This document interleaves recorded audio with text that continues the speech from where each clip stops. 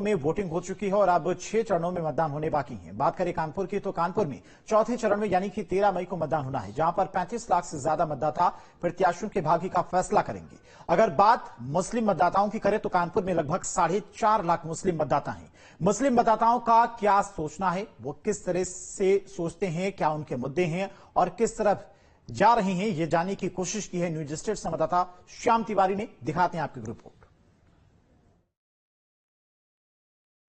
लोकसभा चुनाव का आगाज हो चुका है और कानपुर में चौथे चरण में चुनाव होना है। 13 मई को यहां पर मतदान होगा। कानपुर के तमाम अपने अलग मुद्दे हैं। यहां पर मुस्लिम मतदाताओं की संख्या अच्छी खासी है। तकरीबन 4.25 लाख मुस्लिम मतदाता यहां प्रत्याशियों के भाग्य का फैसला करेंगे। मुस्लिम मतदाताओं से जानने का प्रयास करते हैं कि उनकी क्या समस्याएं हैं, उनकी क्या मांगे हैं और अभी तक जो सियासी दलों ने उनसे वायदे किए क्या वो पूरे हुए। भाई साहब, ये बताइए कि क्या लग रहा है इस बार कानपुर को लेकर के, क्या रुझान है, किस पार्टी की सरकार बनने जा रही है, किसको वोट करने जा रहा है मुसलमान इस बार? पार्टी की सरकार तो बनने जा रही है सिर्फ जो है बीजेपी पार्टी। और बीजेपी पार्टी में सबसे बड़ी अच्छाई ये है कि स्टेट से या और भी स्टेटों से जो गुंडागर्दी थी वो तो योगी जी ने खत्म कर दी है। दूसरी प्लस बात यह है कि औरतों को सम्मान। रहा सवाल कारोबार का, तो कारोबार में तो 19-20 लगा ही रहता है और महंगाई तो बढ़ती ही रहती है। उसमें कोई योगी जी का, मोदी जी का कोई कसूर तो है ही नहीं। कानपुर के कौन से मुद्दे देखते हैं आप जिन पे काम होना चाहिए और अभी तक नहीं हुआ? हम तो समझ रहे हैं कि कोई काम ऐसा नहीं जो काम अभी तक हुआ ना हो। जो भी काम है तकरीबन सभी होते हैं काम। विकास हो रहा है कानपुर में? विकास काम बेहतरीन विकास हो रहा है, अच्छा विकास हो रहा है, कोई दिक्कत नहीं है। तो हम लोग उनसे भी जानते हैं। भाई साहब, ये बताइए क्या लगता है, क्या इस बार मूड किस हो रहा है?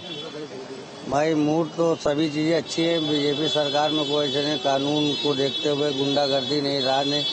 लेकिन बस ये है कि ये भी सोचना चाहिए कि हमको अब के जैसे 5 साल या 10 साल इनको मौका दिया, एक दफे उधर रुझान देखिए। कम से कम कारोबार, बिजनेस, आज गरीब आदमी कहाँ से कहाँ पहुँच गया, कमाने के लिए नहीं, खाने के लिए नहीं। अब इसमें जो उद्योगपति है उनको जो तरक्की है, जो गरीब वो पिसा जा रहा है। बाकी जो सच्चाई वाली बात है कि हमको ना ही किसी पार्टी बेसिस नहीं मिल रहा, हमको तो मतलब है कि कम से कम बच्चे हमारे पल सके, बच्चे खा सके।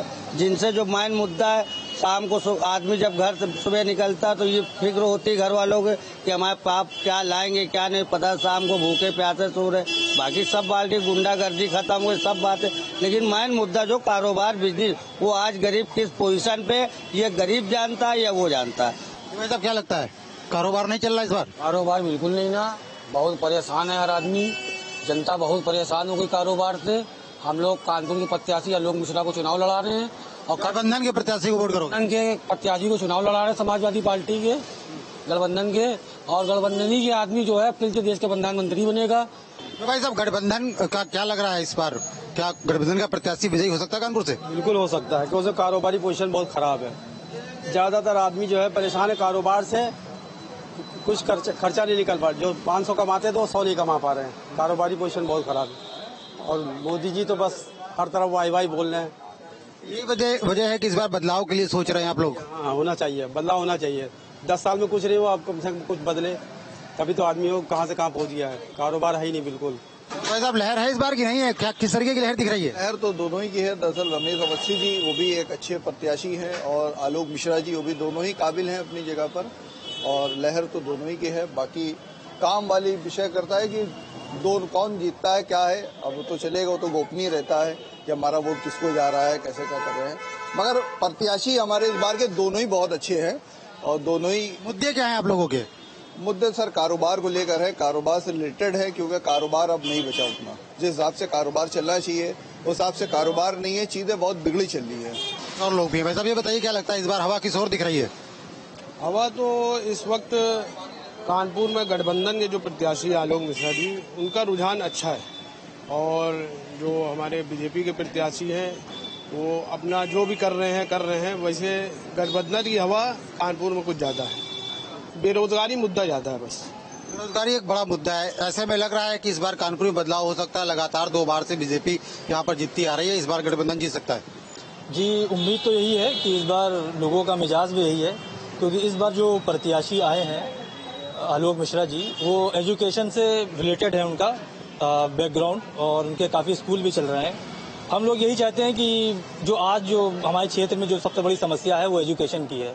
हमारे स्कूल में नगर निगम का स्कूल है वो वीरान पड़ा हुआ है।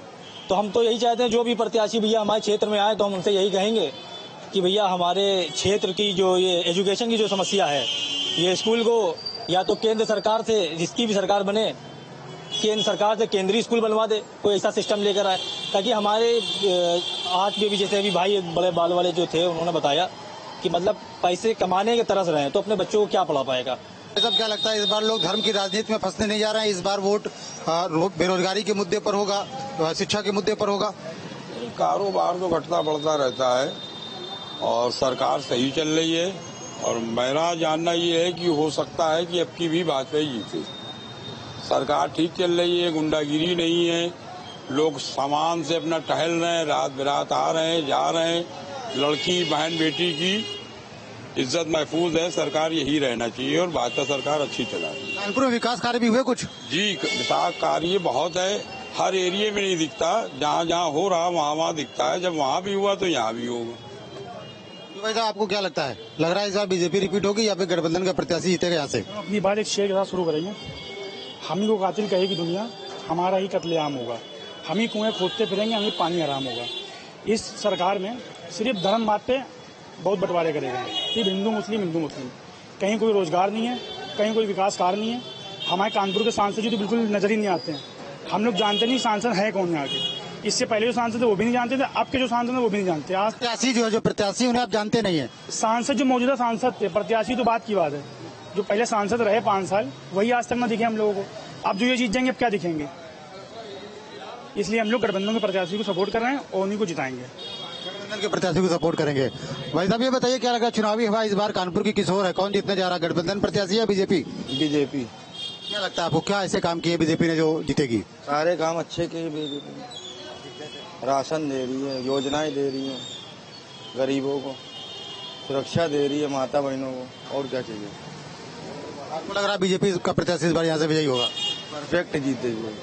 तो लोग भी उनसे बात करेंगे। भाई साहब ये बताइए कि इस बार कानपुर में किस तरीके के चुनावी मुद्दे क्या हैं कानपुर के, और किन चीजों को ध्यान में रख करके आप लोग वोट करेंगे इस बार? बीजेपी को। क्यों? डिग्री निकलते हुए उसी को वोट देंगे। बीजेपी के काम ही अच्छे हैं। 2 बार से बीजेपी का सांसद यहाँ पर है, ऐसे में क्या लगता है विकास कार्य कानपुर में हुआ है? समस्याएं हल हुई आप लोगों की? बहुत हल हुई हैं। कौन कौन से? अरे काफी जो है काम आते हैं तो वो होते हैं बाबा की जानिब से। क्यों भाई साहब क्या लग रहा है इस बार कौन जीतने जा रहा है कानपुर से? कि बीजेपी जीतेगी कानपुर से, हर बार जीतती, अब की भी जीतेगी। कारण क्यों? कारण क्या है? कारण क्यों, हर काम वो हर चीज से अच्छा कराती है। जो जाओ संदेश लेके पूरा करती है। और जैसे काम है जो बीजेपी के आपको अच्छे लगते हैं? हर काम अच्छे कराती है, वो एक काम थोड़े नहीं, हर काम अच्छे कराती है।